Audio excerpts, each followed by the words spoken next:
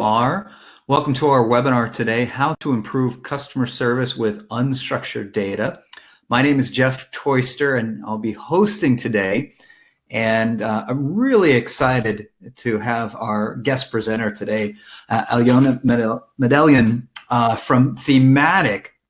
And one of the reasons I reached out to Alyona because she is a wizard at making really nerdy topics like unstructured data seem very accessible.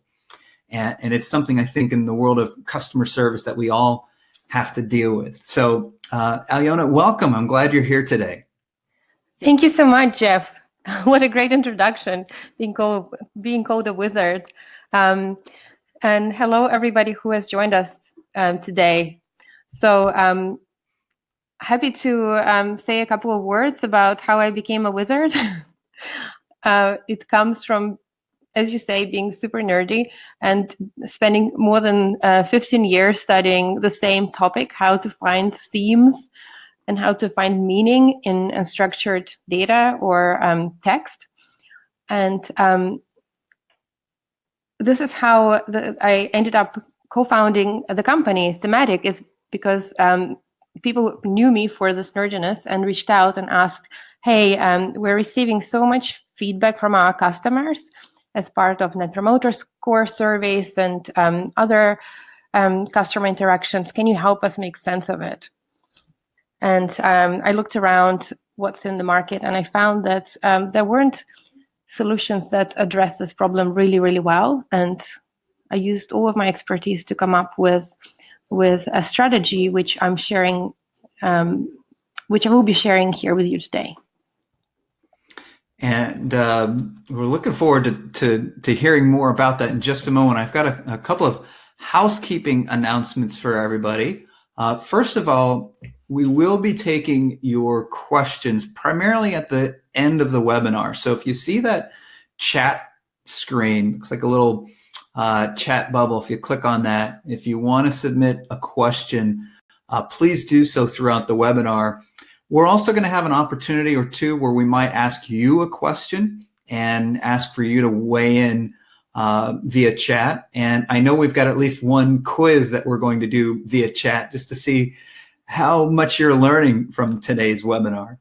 So let's just start by sharing the topics. Here's what we're going to talk about today. We'll start by sharing some simple techniques for making sense of this unstructured feedback in-house. So you don't need any special tools to apply these techniques. We'll also talk about how to calculate the impact of positive and negative aspects of your service. So even if it's just comments from a survey, for example, how can you elevate that to a discussion around the impact on your business? And finally, this is the one I think I'm most excited to hear Alyona talk about is how do you measure the ROI on your customer feedback initiatives?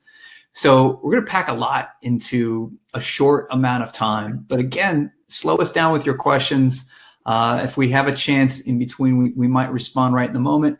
Otherwise, we'll take some time at the very end to make sure that we're responding and giving you the value that you're looking for from today's webinar. Now, I do want to start with a definition just to get us all on the same page and answer this question that some of you may have, which is what is unstructured data? And it's interesting because there's a lot of references to this, but not a lot of definitions. And I think the one I found on a website called Tech Republic seemed to sum it up very nicely. It says unstructured data is data that aren't stored in a fixed record length format. So as an example, if you have a survey, the structured data would be the rating on the survey, scale of 1 to 5. I think 5 stars, I'm giving you 5 stars. That's structured data. The unstructured data would be the survey comments, what people write in response to that. Why did you give us 5 stars? But if you look through your customer service organization, you probably have a lot more unstructured data than structured data. So not just survey comments, but emails, social media posts, chats, transcripts, the actual content of your phone calls, all of that is potentially unstructured data, and it can be a little overwhelming. So before I turn things over to Alyona, I want to ask you a question to respond to us via chat. and tell us, how are you using unstructured data now? So it might be we're not using it. It might be we're using it a little bit and trying to find out more. It could be we have a very robust program and we're on the webinar today to benchmark a little bit. So be curious to see what you have to say. Let me be quiet for just a few seconds, if you will. Again, find that chat box, and at the very bottom, you can submit your input. Tell us, how are you using unstructured data right now?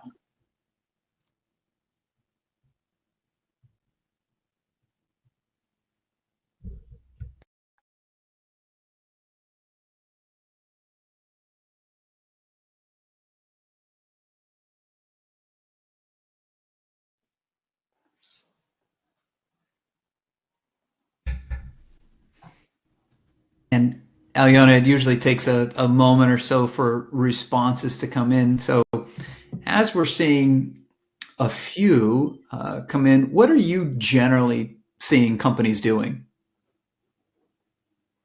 Yeah, I'm actually reading the responses because it's so cool to see people participate. So typically, when people come to us and they say we want to use our unstructured data, I typically ask them back why and what is your ultimate goal? What kind of questions do you have about the data? And what are you actually trying to achieve?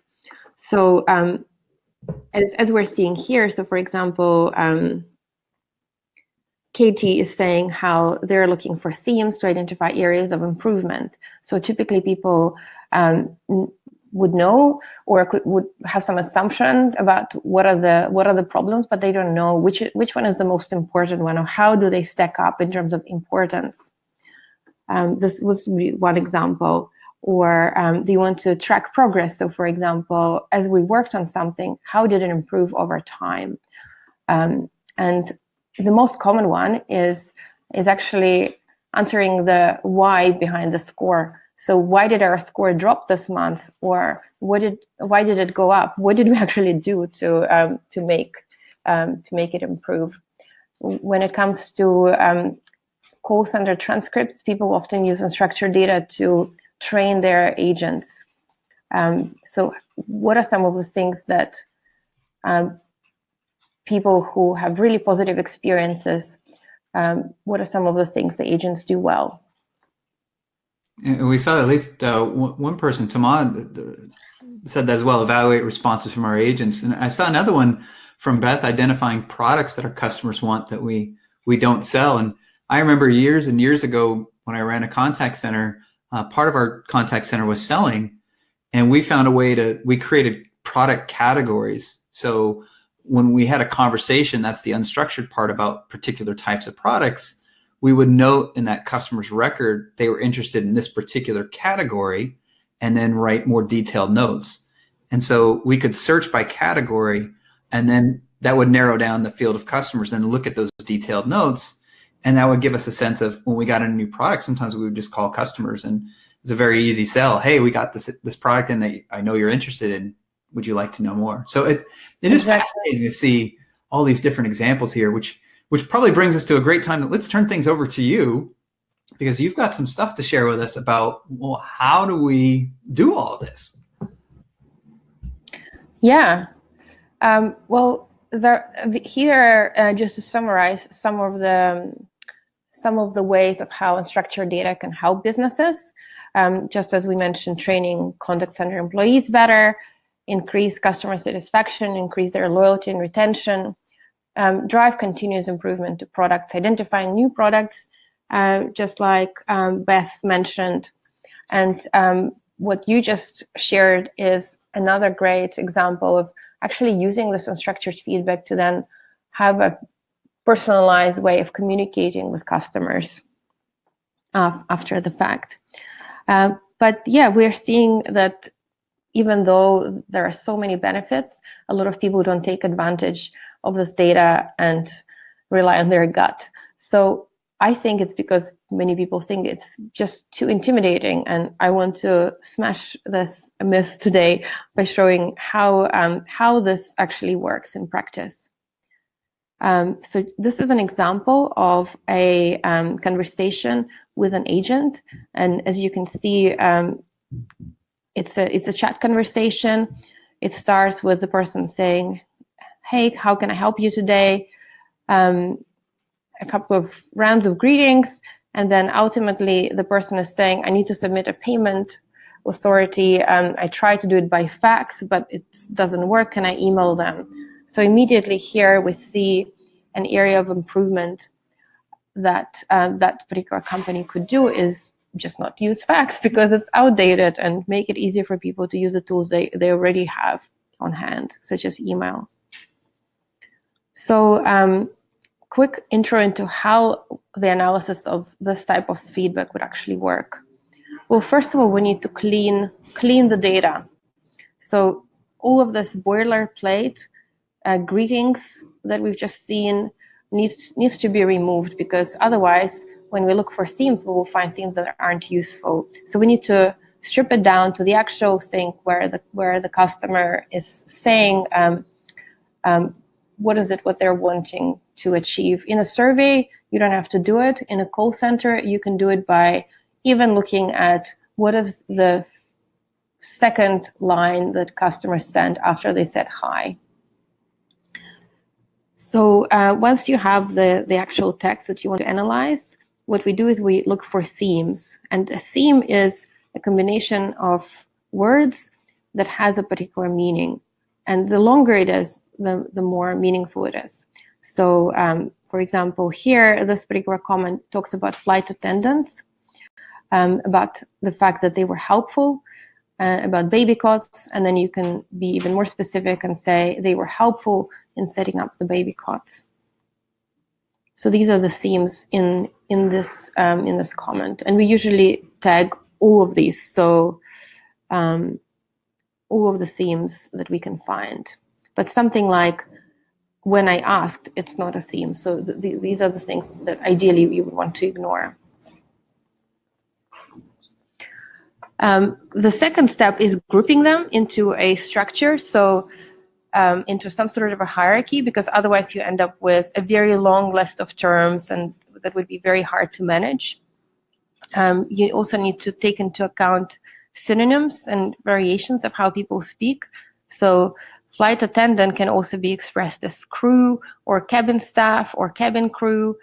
So these are all of the variants that you need to pick up and kind of tag with the same theme. Same with, and the longer the theme, the harder it is to come up with all of these variations, and which is why ultimately you need some sort of a software. But you can start by using very basic single word themes and using their synonyms to pick up kind of the general themes, and I'll show you how. So now that you know what a theme means and how they can be grouped and what goes into discovery of the themes, please interrupt if you have a question in the chat, but otherwise we can proceed to the first takeaway. How do you actually use themes to make sense of the feedback in-house? So one way is to use an Excel spreadsheet and then use a formula like this one. And it looks very intimidating, and I didn't know this formula by hand. But what I did, I ended up Googling how do you do full text search or search on string in Excel. And then I just copy and pasted it into my cell. Oh, Jeff, I can see that there is a person who doesn't see the slides. I hope other people do see the slides.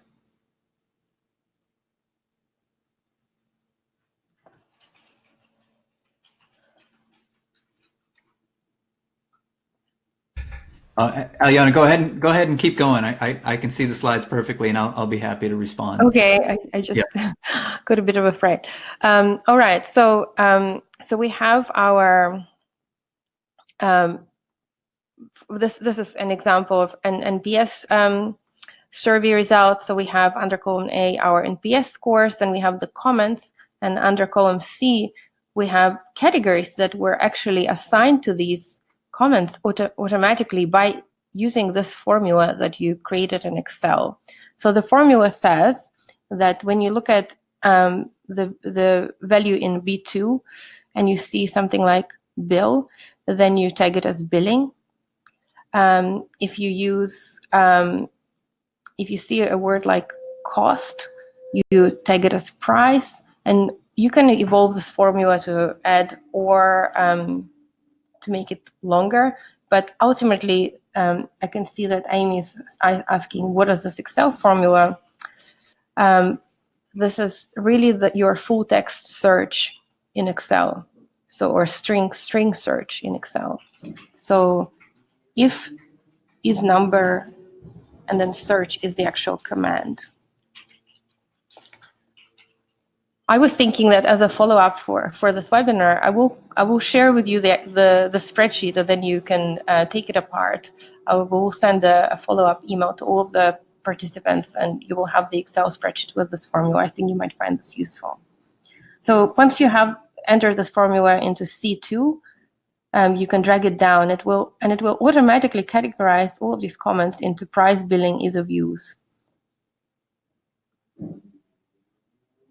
So one thing you need to do is look at the results and make sure that it's done correctly. So for example, here I can see that because I find my gas bills are crazy even in summer, this has been tagged as billing, but ultimately the person is talking about the pricing.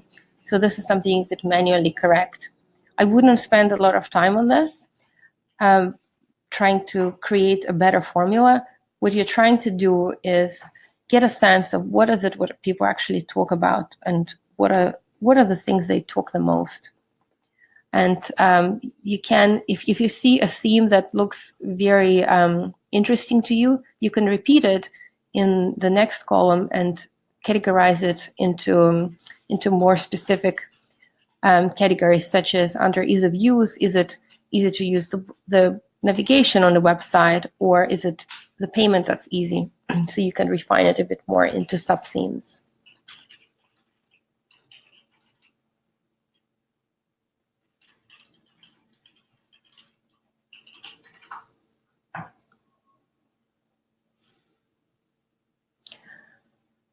So as a case study, I wanted to share with you how we were able to spot some emerging themes using this technique. So we worked with a TV network provider, and the kinds of themes people talked about were always the same. Either it was the fact that it was too expensive, or too many repeats, or that the loyal customers are not getting rewards, or they talked about customer service. So we were able to using similar technique to this. Obviously, we weren't using an Excel spreadsheet. We're able to categorize the majority of the themes.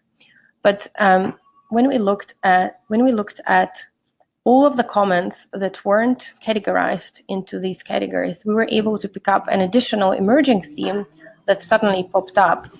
And what happened for this network provider is that they changed their user interface, and they didn't test whether their viewers could actually view the program guide on their TVs.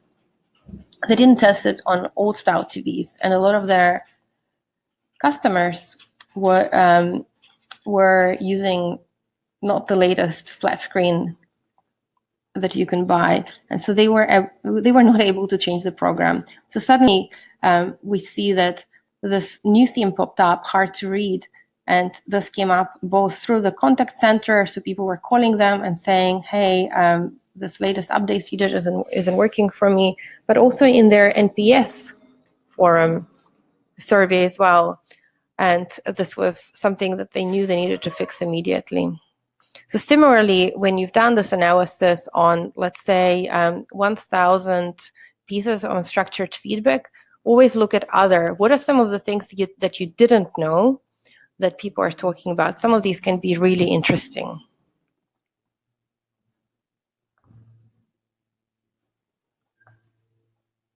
Jeff, I think it's over to you now. Yeah, well, I wanted to share kind of a quick example of my own.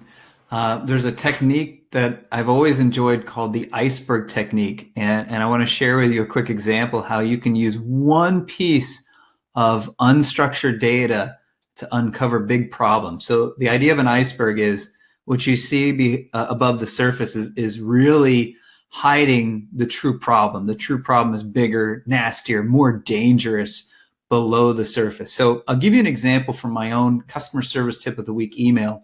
And I know many of you on the webinar today probably subscribe to it. I received a strange message several months ago. And the message says, I'm trying to sign up for the weekly customer service tip, but they're telling me that they never received the confirmation email. So one of the things I do as an anti-spam feature is when you subscribe, then I send you a quick email that says, are you sure you want to do this? And let's make sure your email's working. And then we go from there.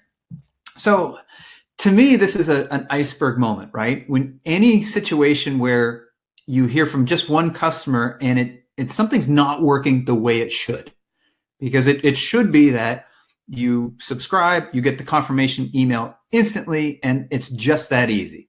So I looked into it and I found a strange thing. And the email service that I use MailChimp to send out my weekly email. The person had created, obviously had tried to sign up, but the date when they signed up was in 1969. And I thought that was, okay, that's really strange.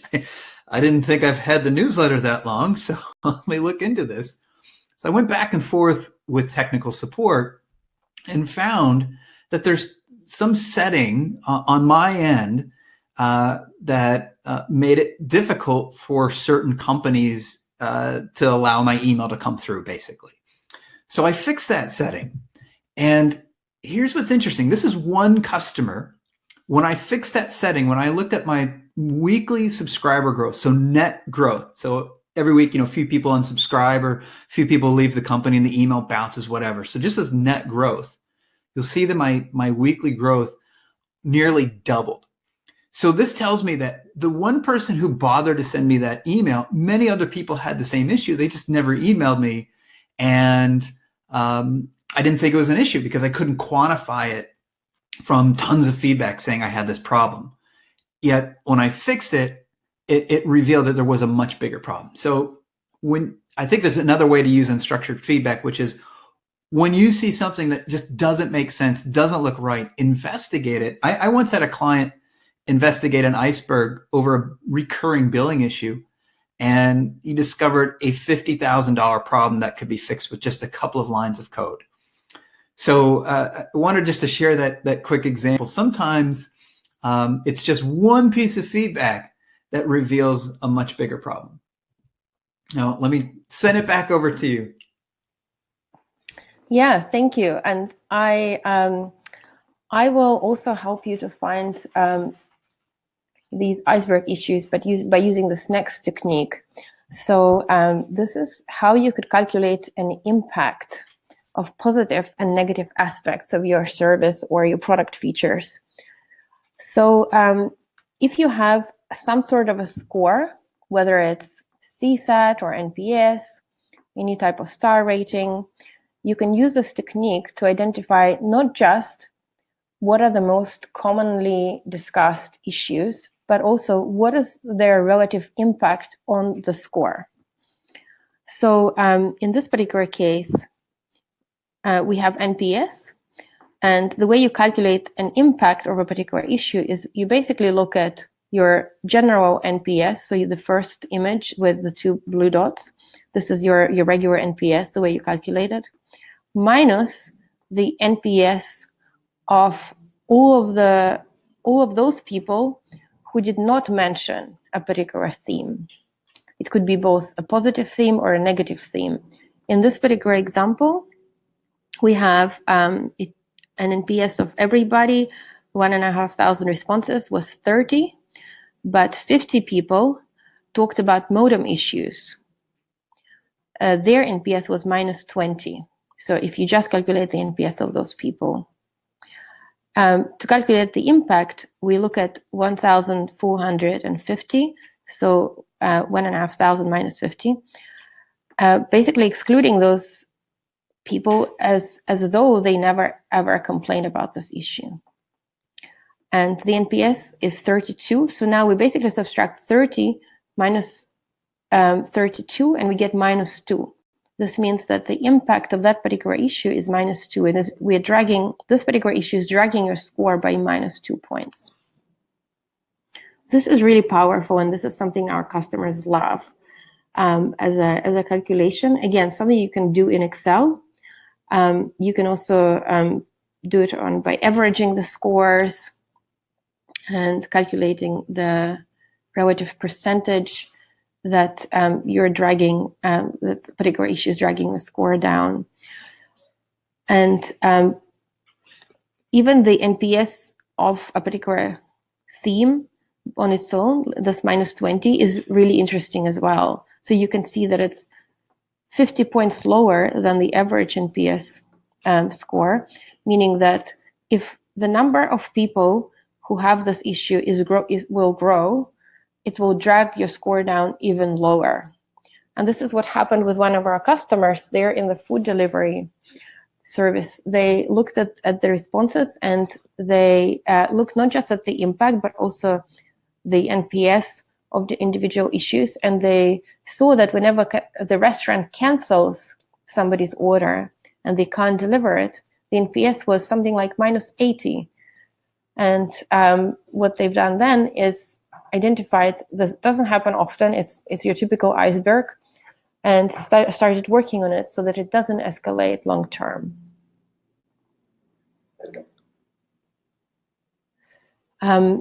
Another case study we have was with Vodafone, and for them it was actually the opposite. So they made assumptions.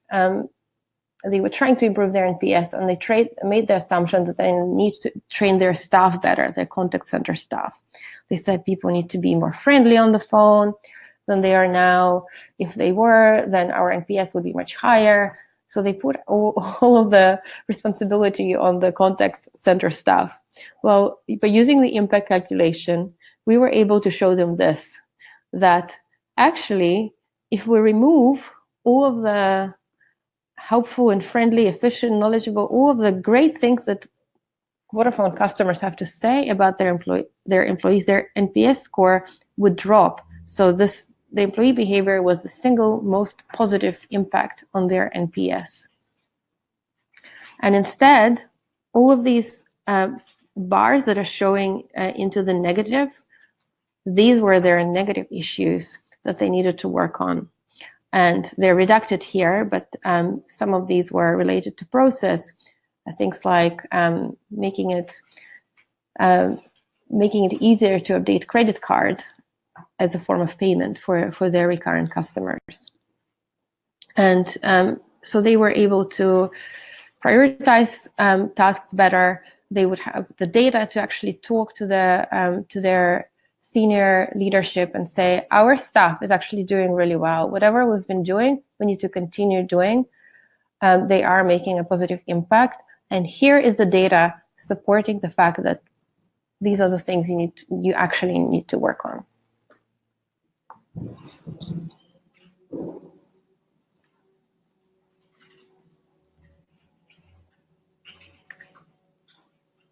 Cool. No questions so far?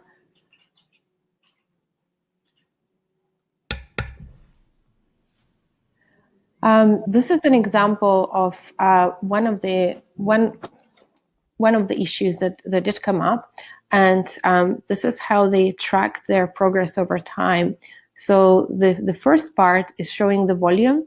So the volume decreased slightly, but the real change happened in the impact of that particular issue. So as they worked on that from Q4 to Q1 last year, they saw a significant improvement in the impact of that issue on the NPS. And as a result, they were able to significantly increase Vodafone's overall NPS over time.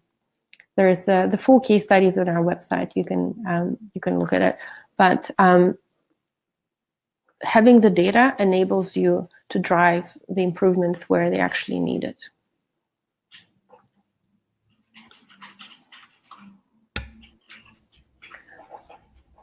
So now to the really interesting part that really makes things stick is when we talk about money. When it comes to metrics like NPS, there are people who love them and there are those who hate them, but nobody really argues when it comes to things like customer retention or churn or how much do they actually spend. And the cool thing about the technique that I just showed you, the impact technique and the impact formula, that you can use it on monetary values as well. So just like we've seen impact on spend, we can actually, impact on NPS, we can calculate impact on average spend as well. So I'm just going to go back to the formula to just explain it again. So instead of the NPS score, you could have something like average spend per customer here. And then here you could have the average spend of everybody, excluding those who talked about a particular issue. So same formula, just a different number that you use here. And as a result, you can get insights like this one, where for this particular company, people who mentioned what an excellent account manager they had, their NPS, their spend was $140 more per year than the average spend of their customers. And this was a company that didn't have a lot of customers, and each customer had an account manager assigned to them. And what this data told them is that spending time on training account managers is really worth it. And you can even say, okay, if this is how much people spend on average when they talk about account managers, well, let's multiply this number by the total number of our customers. What if they all had an amazing experience with a very dedicated account manager? What it would cost to our company to have all of this additional revenue that we are currently missing out on. Similarly, the second item here, price. People who talked about great prices spend $40 more per hour than the average clients. And again, you can, if you're thinking of lowering or increasing the prices, you can have the amount of money at risk right next to it by using this number and multiplying it by the total number of customers. Or if you look at something like shipping or stock, you can identify what is it actually costing us, because these customers who have shipping issues are spending less with us per year than other customers who don't.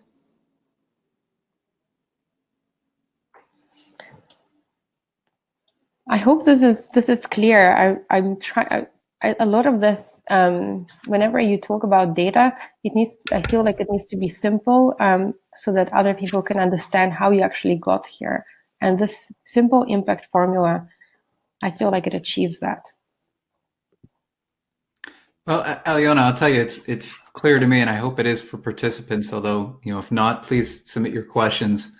One thing that I always find helpful is starting with a story, and asking, what's the story. So, for example, you see these themes of people consistently mentioning their account managers. Great.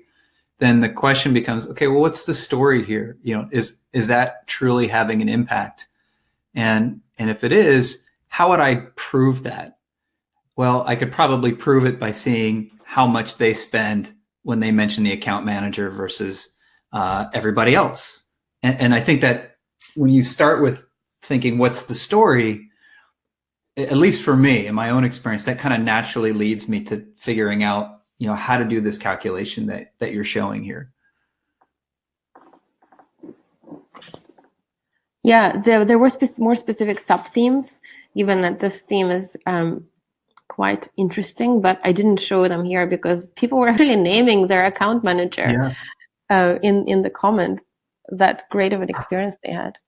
Well, and then that can bring you to, okay, well, everybody who spends a lot of money with Debbie, let's say, maybe you go to Debbie and figure out what is she doing that other account managers are not doing. And it could be her sparkling personality, but she might have discovered a technique or two that's shareable with the rest of the team. And then back to your point, well, if we multiply her success, the difference between what she does versus everyone else by the rest of our account managers, that's the potential value of improving in that area.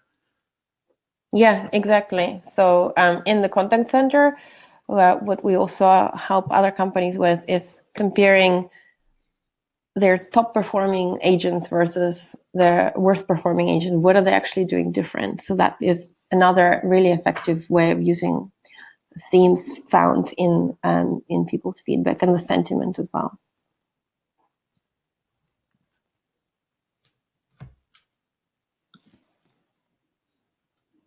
Oh, this is our next interactive exercise. Jeff, do you want to start, or shall I lead this one? Sure, I don't mind at all. So we're going to ask you to come back to that chat box again. We have 6 examples here, and the question for you is, which of these 6 insights are actionable? So I'll give you a hint. Some are, and some are not actionable insights. And by actionable, we mean you can do something with this data. So I'll be quiet for just a moment and give you a chance to read through these. And then again, via the chat box, just maybe type the numbers of the ones that you believe are actionable. Alyona, did I get that right? Yes. Okay. Yeah, just write the number. Is it, are all 6 are actionable, or 5 or 4 or 3, or how many?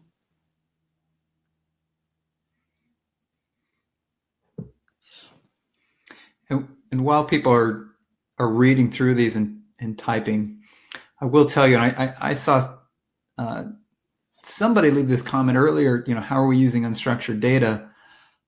In a lot of organizations, data gets collected and then nothing gets done with it.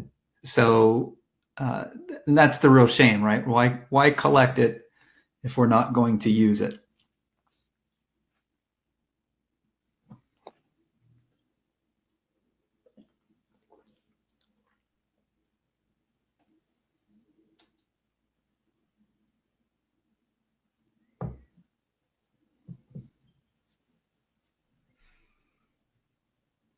Should we reveal the answer? I think maybe, yeah. And I know people are still thinking there is a slight delay in the webinar from people seeing this and then getting a chance to read through this. So that we've got a quiet group on the webinar today. So yeah, I think we might want to go to the answer as people are perhaps still typing. All right. So the answer is that the first 3 are not insightful, not actionable statements. And this is why. There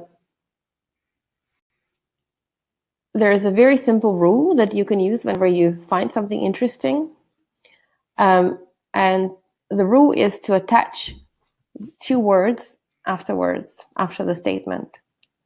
So something like, and therefore. So our NPS score this month dropped, and therefore we need to do, it's not clear what is the actual insight here, because you don't know why it's dropped.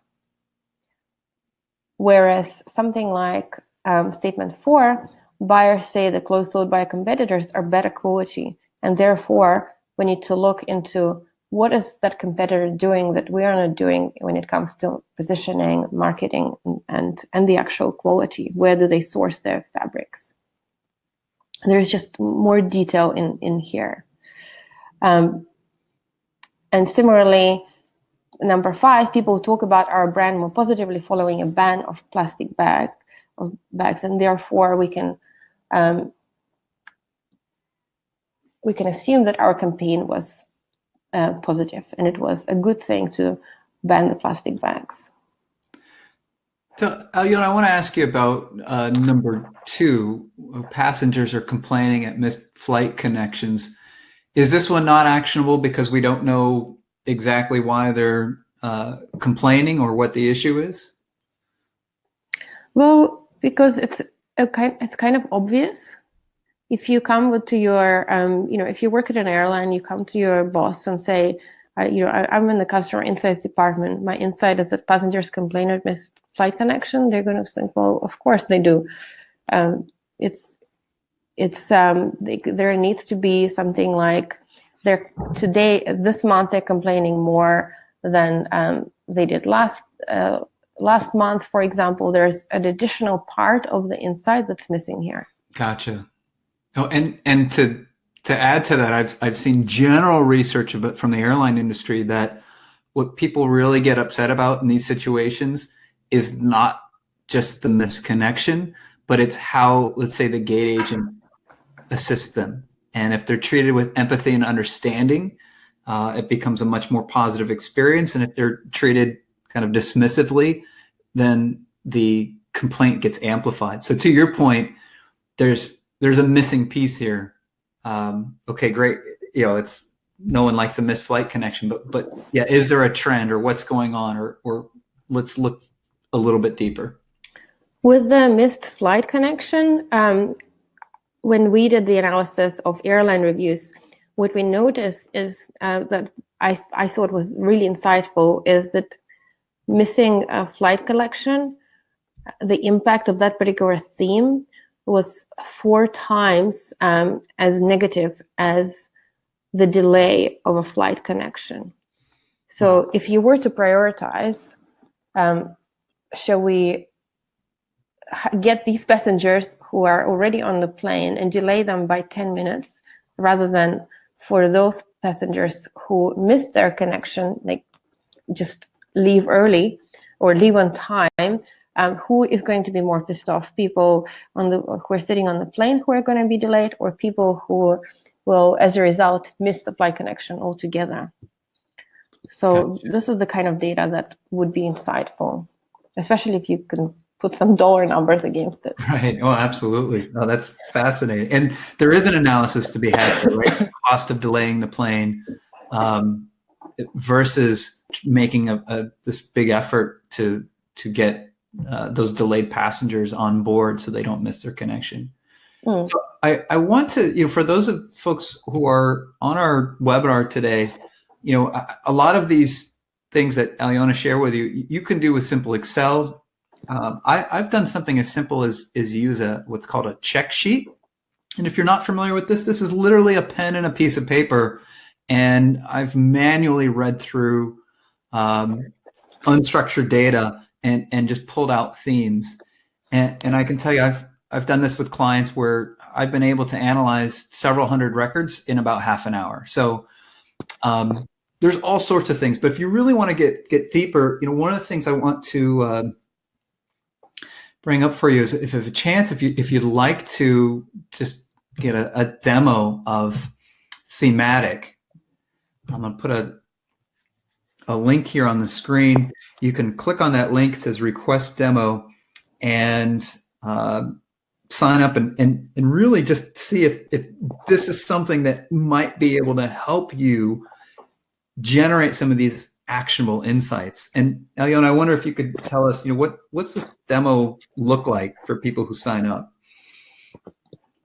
Yeah, if we find that it's a good fit for the company and the product, because it's not always the case, we often offer a free demo on your data, so we can analyze your unstructured data and then show you actionable insights that we can find using algorithms, which is much more efficient and than doing a paper exercise. Paper or an Excel spreadsheet exercise could be the first step to just start seeing the value in getting some data.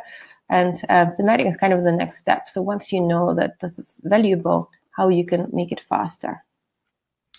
So for those of you, again, tuned in, I think, if it's a fit, the opportunity to get no obligation, no charge, some of your data analyzed with a really robust tool like Thematic, that's worth the price of admission for this webinar today, I think. So thank you for that generous offer. I want to share one more thing with people who are tuned in, and we will in the post-show email. You'll get a link to the webinar replay.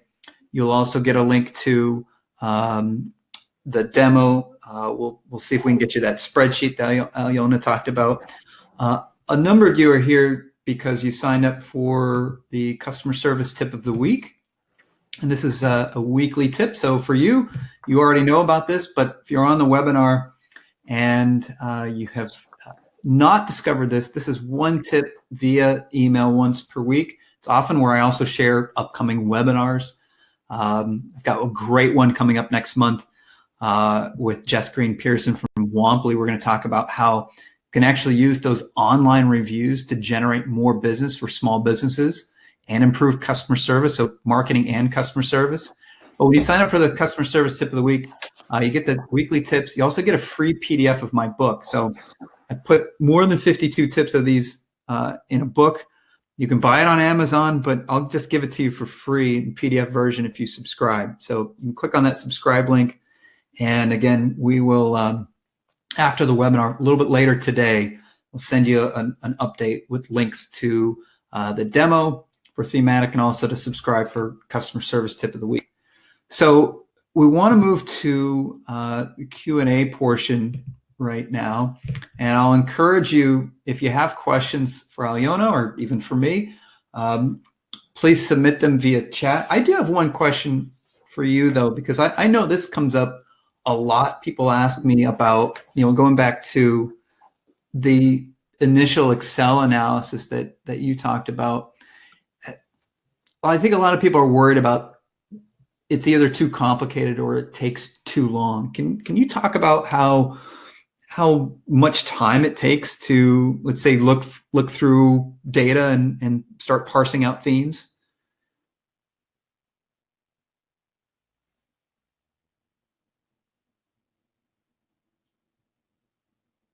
Oop, are you there?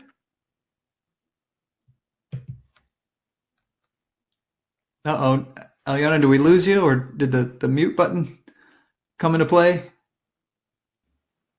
I think I pressed mute accidentally. Okay. Sorry. Can you hear me now? I can hear you fine. Okay. So I was saying that the spreadsheet that I will share with you, it took me 10-15 minutes to put it together, and it does work in a very basic way. However, I don't think you should be spending more than 1 hour, maybe maximum 2 hours on this task, because it's really your first experiment. Some people can spend weeks analyzing data, but when it comes to themes, it's quite subjective. So it's better to designate a specific time frame by which you want to see some results from your data analysis and stick to it. I think that's a great suggestion. Just thinking about, like, let's cap it. Let's start with something, and maybe even looking for the big issues, if you will, because we have to start somewhere. Like the example you showed earlier was perfect. Okay, maybe we'll just focus on the account manager and figure out, well, why are people spending so much more with the account manager, since that's the big one, and then taking it from there. So I'm looking for more questions. We'll give you just another minute to submit those. I want to share one more example with you, and I think this is where the unstructured data really pays for itself. I think the effort is, it often reveals, when we look at, let's say, a customer satisfaction survey, often that's just an average, but it's not telling us why. And I know for some of you, that's what you're looking at.